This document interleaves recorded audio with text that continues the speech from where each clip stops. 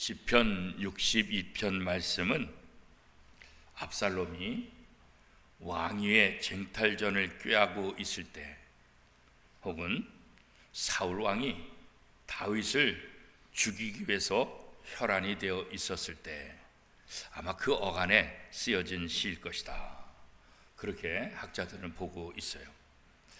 다윗은 믿었던 사람에게 배신당하고, 그죠? 압살롬에게 당했다고 한다면 아들한테 당한 거고, 사울에게 당했다고 한다면 장인한테 당한 거고, 그렇잖아요. 이거 먼 사람도 아니고 가장 가까운 사람들에게 배신당하고 공격당하고 있는 그런 상황. 아마 그런 상황 속에서 이 시를 썼을 것이다, 이렇게 생각하는 거예요. 너무나 괴롭잖아요. 차라리 모르는 사람, 원수 같은 사람, 그런 사람이 나를 공격하면 괜찮은데 가장 가까운 사람에게 배신당하고 공격을 당하면 너무나 힘들죠. 그리고 절망감에 빠지게 되고, 정말 이게 인생이 뭔가, 내가 지금까지 제대로 살아왔는가, 허무감에 빠질 수도 있게 될 거예요. 그리고 대부분의 사람들은 이렇게 공격을 당하게 되면 무슨 생각을 하냐면, 그래? 어디 한번 맛봐라. 그래서 복수를 하는 거죠. 복수전. 나한테 이래? 나를 건드려? 한번 복수 한번 당해볼래? 이런 생각을 하는 것이 이제 기본적인 생각들 아니겠어요, 그죠? 그런데 다윗은 이런 힘든 가운데 복수하겠다, 그런 생각을 하고 있지 않더라고요. 힘들고 어려울 때 어떻게 하면 내가 이 복수를 하지? 어떻게 하면 내가 이 문제에서 벗어날 수 있지? 어떻게 하면 나를 더 강하게 하지? 이런 생각을 한 것이 아니라 오히려 하나님을 잠잠히 바라보았다, 그렇게 얘기하고 있습니다. 왜 그랬을까?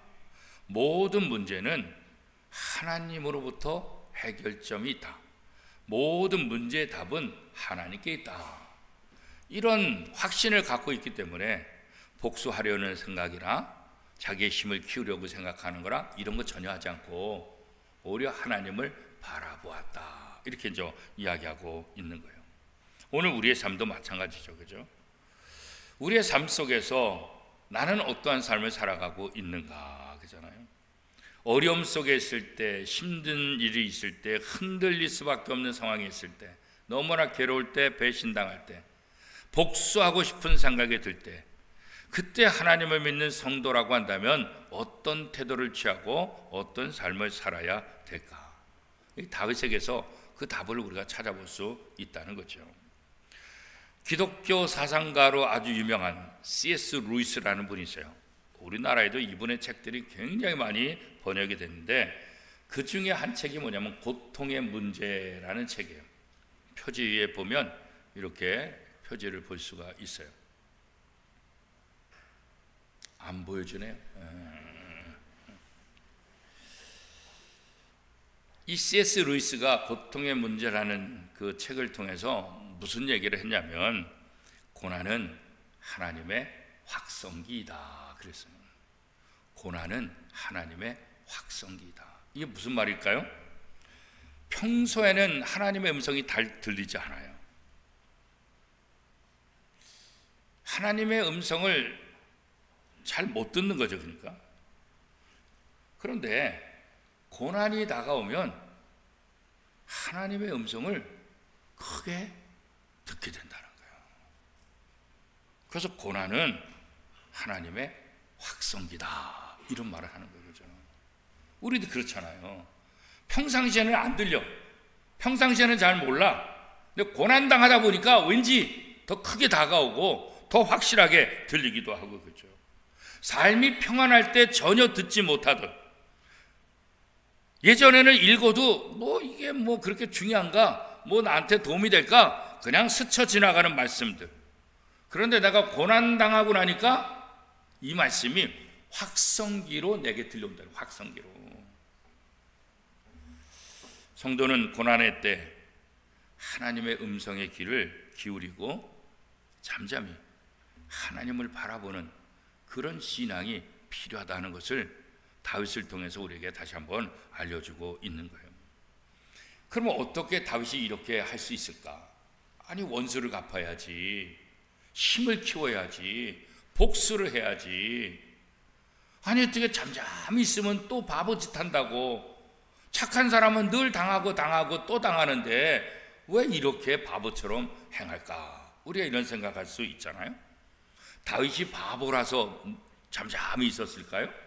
아니요.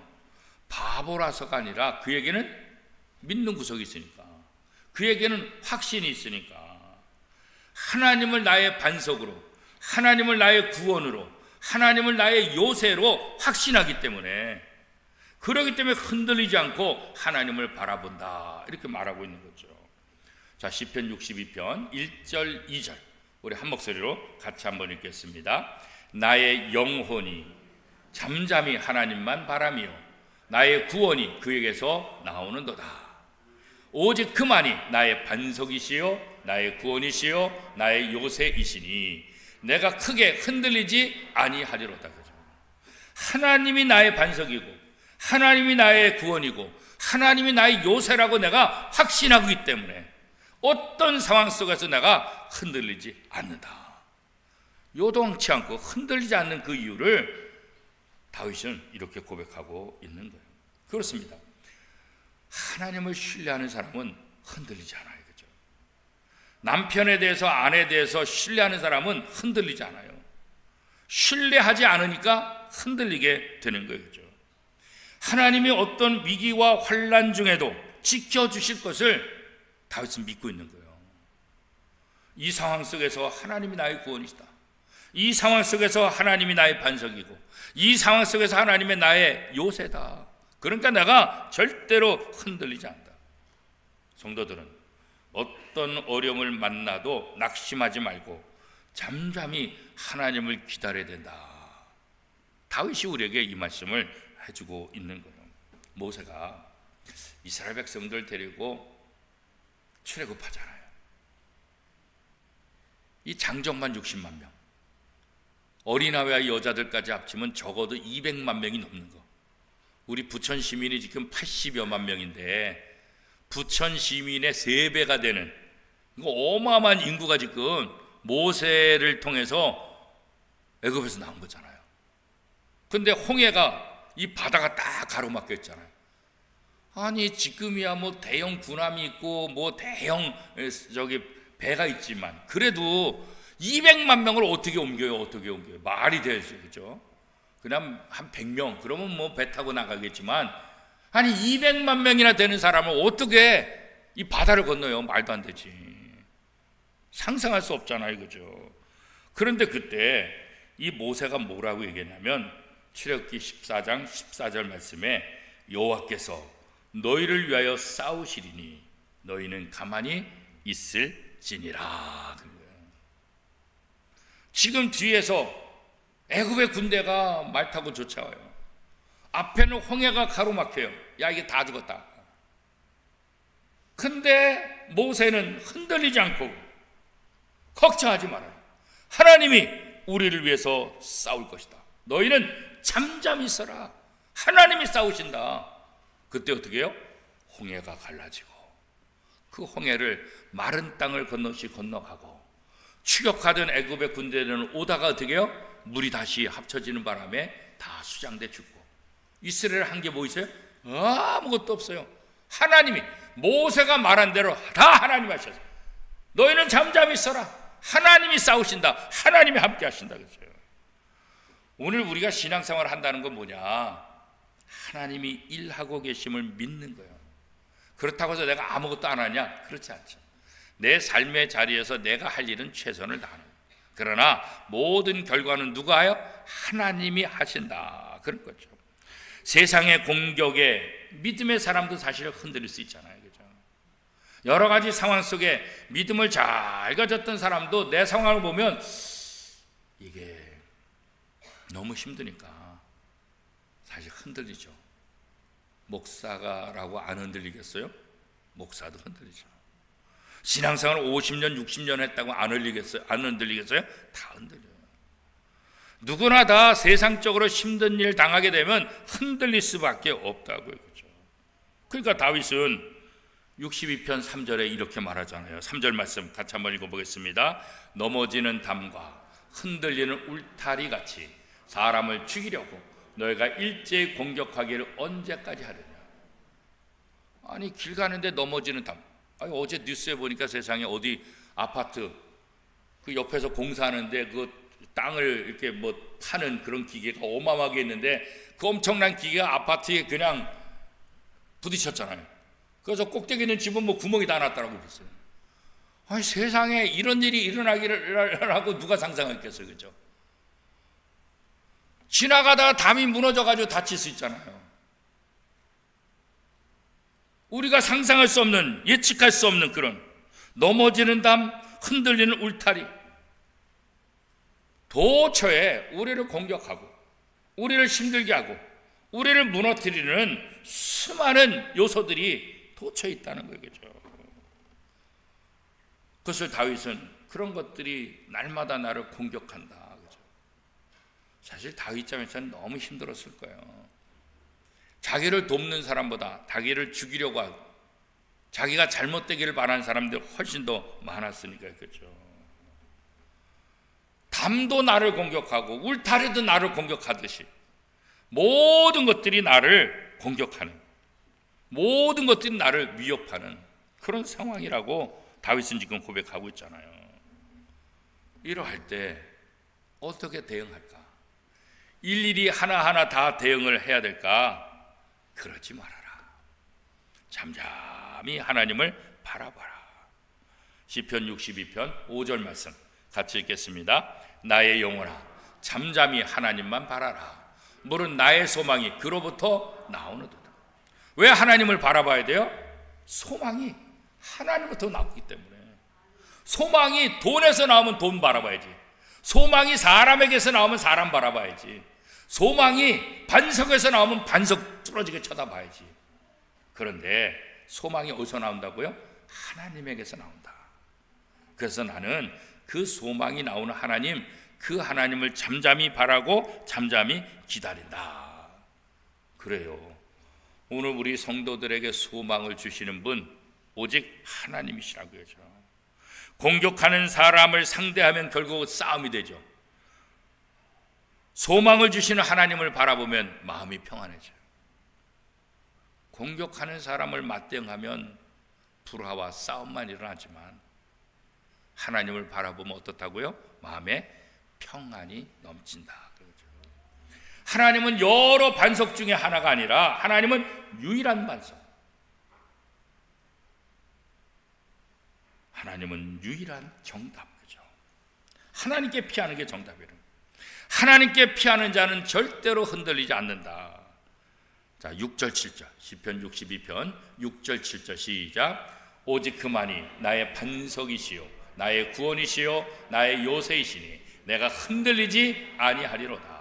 나의 구원과 영광이 하나님께 있으며 내 힘의 반석과 피난처도 하나님께 있도다. 흔들리지 않는 분명한 이유가 다윗에게는 있었다고요. 그죠? 오늘 우리도 마찬가지예요. 세상에는 위험 요소들이 참 많잖아요. 우리 길거리 지나다니다 보면 위험 요소가 얼마나 많은지요. 한순간도 마음 편할 날이 없어요. 그죠? 자동차도 그냥 급발진이 일어나고 그렇잖아요. 내가 운전을 아무리 잘한다 할지라도 상대방이 잘못해서 들어오고 내가 착하게 산다 할지라도 이게 날벼락이 떨어지고 한시도 평안하고 한시도 기분 좋은 날 늘 불안할 수밖에 없어요. 그죠? 하지만 하나님은 우리의 요새요 피난처가 되신다. 주의 지팡이와 막대기가 우리를 보호하신다. 사망의 음침한 골짜기를 다닌다 할지라도 해받을 것을 염려하신다. 왜? 주께서 나와 함께 하심이라. 시편 23편이 그렇게 고백하고 있잖아요. 그죠? 다윗은 하나님을 향한 신뢰를 회복하자고 이스라엘 백성들에게 다시 한번 얘기하는 거예요. 백성을 부르며 피난처가 되시는 하나님께, 그 하나님께 마음을 토하라. 다른 데다가 너의 마음을 두지 말고 하나님께 토하라. 8절 말씀 같이 읽겠습니다. 시작. 백성들아, 시시로 그를 의지하고 그의 앞에 마음을 토하라. 하나님은 우리의 피난처시로다 셀라. 이 셀라 이 말은 뭐냐면 얼쑤 그런 거예요. 예, 장단을 넣는 거예요. 셀라, 얼쑤 이렇게. 그 다윗이 마음을 토하라. 하나님께 토해내라. 다른 사람한테 토하면 불안해요. 왜? 저 사람이 또 누구한테 또 얘기해. 이건 당신만 아는 거야. 이건 너만 알고 있어. 근데 모든 사람이 다 알잖아요. 그렇죠? 사람에게 얘기하면 이게 다 소문이 번져.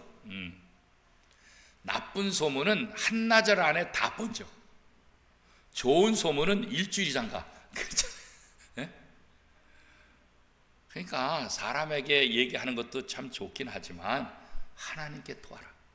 하나님께 너의 모든 것들을 토하라. 왜요? 하나님이 우리의 피난처시다. 그런 거예요. 우리의 속에 있는 것 솔직하게 하나님 앞에 아뢰는 거예요. 하나님은 우리가 마음을 다 털어놓고 의지할 만한 안전하신 분이다. 소문나지도 않고 잘못될 일도 없고, 그렇죠? 하나님만 내 있는 모습 그대로 다 토해낼 수 있는 유일한 분이시다. 그죠? 그러니까 하나님 앞에 토하라. 하나님 앞에. 진정한 치유와 회복은 우리 마음에 있는 것을 하나님 앞에 다 쏟아 놓을 때 그때 회복되고. 저도 군대 제대하고서부터 그 생명의 전화라는 상담 단체가 있어요. 종로 5가에 옛날에는 기독교 방송국이 종로 5가에 있었는데 거기서 군대 제대하고 상담 봉사를 했어요. 그때 결혼 전이라 맨날 그 밤땅번 저녁 한 8시서부터 다음날 아침 8시까지 그걸 많이 맡겼어요. 그래가지고 밤을 새면서 전화를 받는 일들 많이 했는데 재미있는 것은 이제 생명의 전화의 가장 중요한 방침은 뭐냐면 잘 듣는 거예요. 그러니까 뭐라고 지시하거나 뭐라고 가르치려고 하거나 뭐 따지거나 잘못했다고 말하거나 이런 거 하면 안 돼. 그러면 누가 전화하겠냐. 그러니까 생명의 전화는 상대방의 마음을 다 얘기할 수 있도록 편안하게 받아주는 거예요.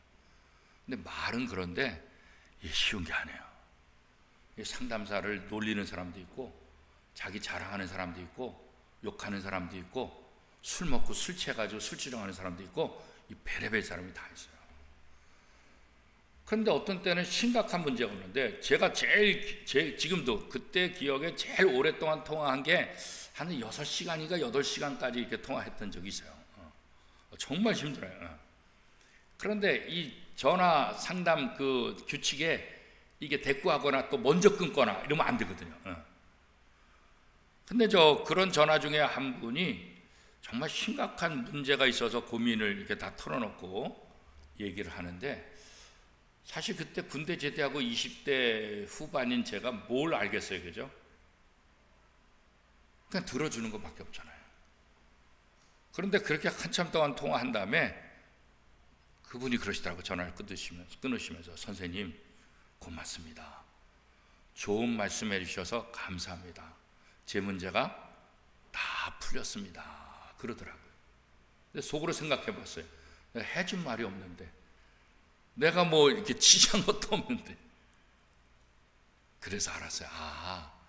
내가 대답을 안 줘도 상대방으로 하여금 자기의 있는 것을 다 토하게 하면 스스로 해결되는구나.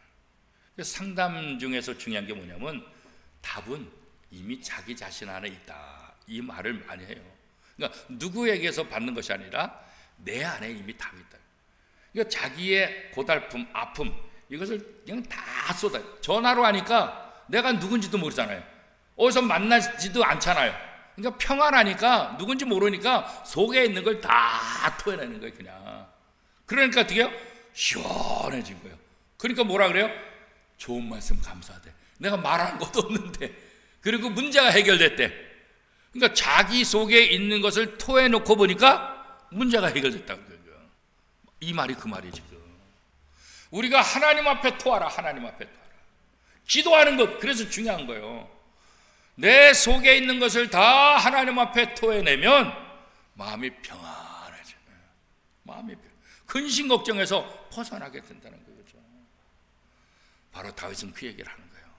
사람 앞에 얘기하지 말고 누구 하지 말고 하나님 앞에 너의 마음을 토하라.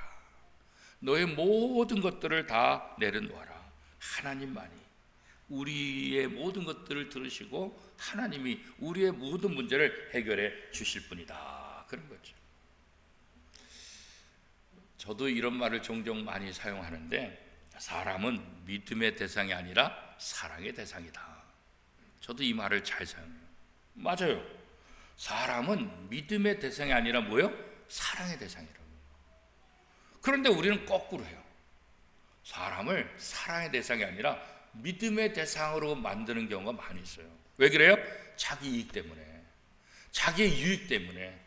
그래서 우리가 뭐라 그래요? 믿는 도끼에 발등치기였다 그러잖아요.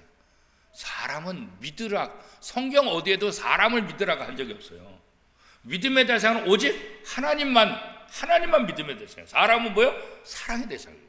목사도 믿으면 안 돼요. 아유, 목사님 믿었다가 그냥, 목사도 믿음의 대상이 아니라니까요. 하나님만 믿음의 대상이라고요. 사람은, 목사도요, 사랑의 대상이에요. 사람들은 모두 다 사랑의 대상이라고요. 사람을 믿고 의지할 대상으로 삼는 순간 우리는 실망하는 거예요. 그렇잖아요? 사람은 완벽하지 않다고요. 성도는 험난한 인생의 여정 속에서 하나님을 믿어야지 사람을 믿으면 안 돼요. 사람을 믿으면 오히려 더 절망에 빠지게 되고 실망을 경험하게 되는 거예요. 하나님만이 우리 소망의 근거다. 하나님을 믿고 잠잠히 기다리는 훈련, 그래서 이 훈련이 우리에게 필요한 거예요. 하나님이 모든 문제의 답을 갖고 계신다. 그러니까 하나님 앞에 다 토하고 하나님께서 문제 해결해 주시기를 기다린다. 이게 참된 믿음의 모습이라는 거예요. 근데 우리가 잘 인내하지 못하니까 그렇죠. 기다리지 못하니까 문제죠. 진정한 믿음은 성급하게 행동하는 것이 아니라 뭐예요? 잠잠히 기다리는 거. 이게 진정한 믿음이에요. 왜? 하나님을 믿으니까, 하나님을 의지하니까 잠잠히 기다릴 수 있는 거지. 믿지 못하면 못 기다린다고. 믿지 못하면 에이 관둬 포기해, 그리고 다 갚버리지. 일어서서 믿기 때문에 기다리는 거예요. 믿기 때문에. 하나님은 강하고 자비로우신 분이다. 그렇기 때문에 우리가 어떤 상황 속에서도 흔들리지 않고 무너지지 않을 수 있는 것은 그 하나님을 의지할 때 가능하다. 그런 거죠. 하나님이 우리의 반석이고 구원이고 요새라는 사실을 다윗은 반복해서 얘기하고 있어요. 후손들에게, 이스라엘 백성들에게 내가 믿는 하나님이 나의 반석이고 나의 요새고 나의 반석이다. 너희들의 반석, 너희들의 요새, 너희들의 구원 여전히 하나님이시다. 이걸 얘기하고 있는 거죠. 20세기 최고의 선교사라는 타이틀을 갖고 또 그런 칭찬을 받는 분이 스탠리 존스라는 선교사님이에요. 그래서 세계에서 가장 위대한 선교사, 그래서 타임지가 선정한 세계에서 가장 위대한 선교사다. 이 스탠리 존스, 이분의 책들도 우리나라에 번역이 많이 됐어요. 그 번역된 책 중에 하나가 있는데 순례자의 노래라는 책이 있어요. 이 책은 굉장히 두꺼워요. 자그마치 796쪽이에요. 아까 소개했던 C.S. 루이스의 고통의 문제, 이 책은 한 248쪽 되는데 우리나라 번역서로.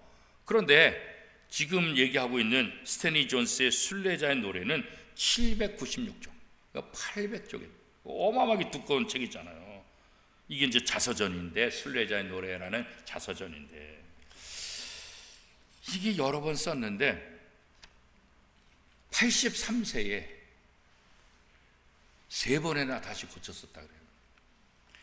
처음에 썼을 때는 한 사람의 이야기, 두 번째 다시 봤을 때는 영적인 이야기, 세 번째 다시 고칠 때는 그리스도의 눈으로 자신의 모든 삶을 바라볼 수 있었다. 그러니까 첫 번째는 인간적인 이야기, 두 번째도 다른 사람과 관계, 세 번째 봐서 그리스도의 눈으로 내 모습을, 자서전인데 나에 대한 이야기, 또 나와 이웃과의 관계 이야기, 나를 자랑하는 이야기, 이런 것이 아니라 세 번째 다시 이게 정리하고 할 때는 그리스도의 눈으로 바라보는 내 모습. 그래서 이 책이 아주 전 세계에 많이 번역되고 많은 사람들에게 읽혀졌어요. 오늘 우리가 인생에 뜻하지 않는 억울한 일들이 우리를 기다리고 있을 수 있어요. 그런 일 때문에 우리가 힘들 수 있어요. 그죠? 그러나 모든 관점에서 내 입장에서 바라보면 너무나 힘들어요. 근데 하나님의 입장에서, 그죠? 이 스탠리 존스 선교사도 자신의 자서전을 자신의 입장이 아니라, 이웃의 입장이 아니라 그리스도의 입장에서 정리하니까 그때 비로소 은혜로운 글이 되고 많은 사람에게도 영향력을 끼치는 글이 되었다, 이렇게 이제 고백하는 것처럼 오늘 우리의 삶도 우리의 눈으로 바라는 것도 중요하고 남편의 눈으로, 아내의 눈으로 바라는 것도 중요하지만 더 중요한 건 뭐예요? 그리스도의 눈으로 바라보고, 그리고 그 상황 속에서 우리가 어떻게 해야 될까? 하나님을 바라봐. 스탠리 존스 선교사가 선교 사역하면서 얼마나 많은 힘든 일이 있었겠어요, 그죠? 그러나 그리스도의 눈으로 다시 한번 자신의 삶을 되돌아보니까 고통이 변하여 찬가가 되고 슬픔이 변하여 노래가 되게 하셨다, 이런 고백을 하더라고요. 그냥 고통으로 끝나는 것이 아니라, 그냥 슬픔으로 끝나는 것이 아니라 내 인생을 그렇게 바꿔주셨다. 오늘 우리도 마찬가지예요. 우리의 감정을 격하게 만들고 사람들에 대한 원망과 분노가 일어날 때 우리가 어떻게 해야 될까? 오늘 다윗은 자신을 죽이려고 하는 사람들 그 앞에서 다윗은 어떻게 자신의 고백을 하고 있는가 그랬잖아요. 감정에 휩쓸리고 감정 때문에 좌절하는 자가 아니라 흔들리지 않고, 왜 흔들리지 않았어요? 하나님은 나의 반석이시고 하나님은 나의 구원이시고 하나님은 나의 요새라는 확신이 있었기 때문에 어떤 상황 속에서 흔들리지 않고 하나님을 바라보았다라고 고백하고 있다고. 쉽지는 않지만 우리들이 이런 훈련이 좀 필요해요. 한 번에 안 되지만 두 번, 세 번. 하나님이 누군지 압니다. 하나님이 나의 반석인 것 믿습니다. 하나님이 나의 요새인 것 믿습니다. 하나님이 나의 구원인 것 믿습니다. 어떤 상황 속에서도 흔들리지 않고 그 하나님만 바라보게 하여 주옵소서. 이 기도가 저와 여러분의 기도가 되고 노래가 되고 고백이 되기를 축복합니다. 말씀을 생각하면서 우리 찬송 한 장 부르시겠습니다. 488장입니다. 488장.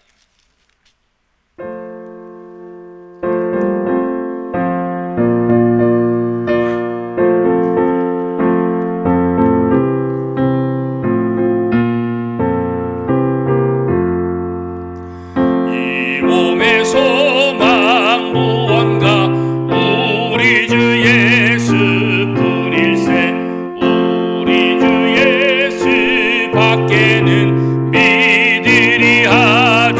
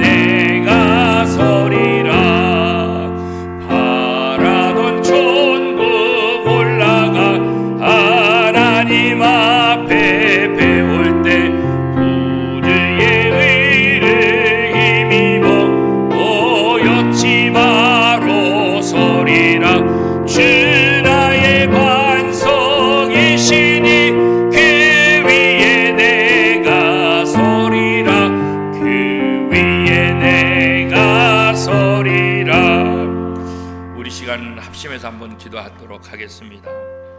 우리 인생이 녹록지 않습니다. 저 새로운 대통령이 세워지고 새로운 정부가 출범하지만 이게 뭐 새로운 대통령이 세워졌다고 새로운 정부가 탄생한다고 갑자기 나라가 바뀌지 않았습니다. 우리의 기도가 필요합니다. 오늘 다윗처럼 어떤 상황 속에서도 하나님을 바라볼 수 있는 이 믿음은 하나님에 대한 확신이 있었기 때문입니다. 하나님은 나의 구원자다. 하나님은 나의 반석이시다. 하나님은 나의 요새시다. 이 확실한 고백이 있었기 때문에 어떤 상황 속에서도 흔들리지 않는다 말했습니다. 오늘 우리에게 흔들리지 않는 믿음이 필요합니다. 하나님만 바라보고 하나님이 나의 소망이고 하나님만 우러러보므로 하나님께 모든 것을 토로함으로 하나님이 우리의 문제의 답이시라는 것 다시 한번 고백함을 통해서 우리의 마음이 흔들리지 않고 어떤 상황 속에서도 좁은 길을 가면서도 밤낮 기뻐하며 박수치며 걸어갈 수 있는 그 믿음의 길을 걸어가겠노라. 주님, 주님만이 나의 문제 해답입니다. 주님이 나의 구원이시고 주님이 나의 반석이시고 주님이 나의 요새이십니다. 주님, 저를 붙잡아 주옵소서. 주님만 바라보겠습니다. 우리 합심해서 한번 기도하겠습니다. 하나님 아버지 감사합니다. 하나님, 이 땅에 살면서 연약한 인간이기 때문에 때로는 좌절하고 절망하고 때로는 흔들리는 담, 무너지는 울타리 같은 그런 것들이 있어서 우리를 유혹하고 우리를 위협하고 우리를 힘들게 하는 것들이 참 많이 있습니다. 또 연약한 인간이다 보니까 사람의 문제로, 직장의 문제로, 내 사업의 문제로, 내 가정의 문제로, 이런저런 문제로 아파하며 힘들어할 때도 참 많이 있습니다. 다윗은 아버지 자기 아들이 반역하고 자기의 장인이 자기를 죽이려고 하는 정말 상상할 수 없는 그런 아픔과 그런 무서움과 아버지 그런 전쟁 속에서 아버지 하나님만 바라보고 아버지 하나님만 의지하며 하나님만 나의 구원자라고 고백하는 모습을 오늘 우리가 시편 62편을 통해서 봅니다. 하나님, 저에게 다윗과 같은 믿음을 주시옵소서. 다윗과 같은 확신을 주시옵소서. 다윗과 같이 오직 하나님만 바라보게 하시옵소서. 하나님만 의지하는 믿음을 가질 수 있도록 주님 축복하여 주옵소서. 하나님, 우리 원미덕교에 속한 모든 성도들 하나님만 바라보는 믿음을 갖게 하시옵소서. 그 믿음으로 승리하게 하여 주시옵소서. 좁은 길을 걸어가도 기뻐하며 걸어갈 수 있는 온전한 믿음, 성령이 나와 함께 하신다는 이 확신을 가지고 우리의 삶을 살아갈 수 있도록 은총을 베풀어 주옵소서. 특별히 영야이치부, 어린이부, 청소년부, 청년들, 우리 교회학교들을 주님 붙잡아 주시고 교회학교를 통해서 하나님을 바라보러 훈련하게 하시옵소서. 하나님이 우리의 소망이라는 것을 훈련받고 믿음으로 이어나갈 수 있도록 은총을 베풀어 주옵소서. 하나님, 오전 예배 드리고 각자 사역을 감당하고 피곤하지만 지쳐있지만 이 오후 예배도 참석해서 하나님 앞에 영광 돌리는 주의 백성들을 기억하여 주옵소서. 저들의 예배를 받아주시고 저들의 기도에 응답해 주시고 저들의 찬양 속에 하나님의 능력이, 하나님의 은혜가 넘쳐날 수 있도록 주님 축복하여 주옵소서. 하나님 앞에 간절히 토로할 때마다 하나님이 힘이 되어주시고 하나님의 능력이 되어주시고 하나님이 보듬어 안아주시고 위로하여 주시고 치유하여 주시옵소서. 그래서 어떤 상황 속에서도 주님만 바라보고 주님만 의지하게 하여 주옵소서. 예수 그리스도의 이름으로 기도드리옵나이다. 아멘.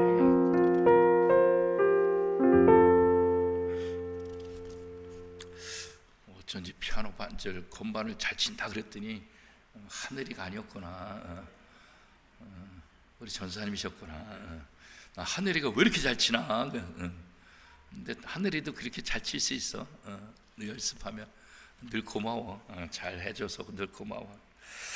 교회 소식 알려드리겠습니다. 다음 주는 삼위일체 주일입니다. 그래서 오늘 설교도 좀 딱딱할 수도 있고 다음 주 설교도 좀 딱딱할 수 있지만 또 교리적인 부분을 또 우리가 다시 한번 늘 기억해야 되고, 이 교리가 우리 신앙의 뼈대니까, 그래서 이렇게 절기 때 이런 설교를 할 수 있는 것도 감사해요. 그냥 좋은 말씀, 은혜로운 말씀만 전하는 것보다는 교리에 대한 설교들을 우리가 좀 깊숙이 전해 듣고 뼈대를 삼는 것, 이것이 우리 신앙생활에 유익하고요.